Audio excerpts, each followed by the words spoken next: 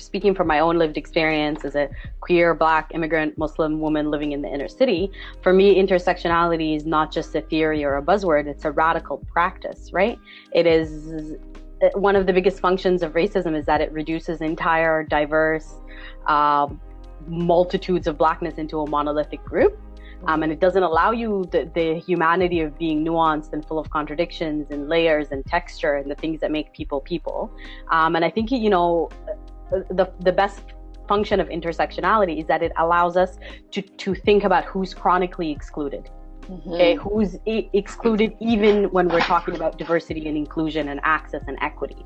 Who doesn't get a seat at those tables still? And the thing about, when we don't practice intersectionality, we reinforce really harmful power structures by saying this is who matters inside our communities, this is the order in which they matter, and that there's a hierarchy for liberation. We know that oppressions are interlinked, they amplify and inform each other, and that people are not pie charts. We don't have our experiences independent based on specific facets of our identities. Some days I wish I had a form when I'm experiencing some kind of oppression. I'm like, could you check off what's going on here? Is it all of the above? Because I need some clarification around it. And being, I think Black youth know intersectionality, whether or not they use those words to describe it, because they live it every single day.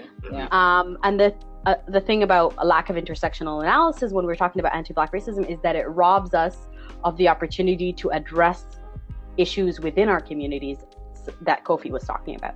I think that's really critical. When we think of our communities as intersectional, then we can totally address the harm that our communities experience as a large Black community, but also the harm that we produce and recreate inside our communities and our spaces.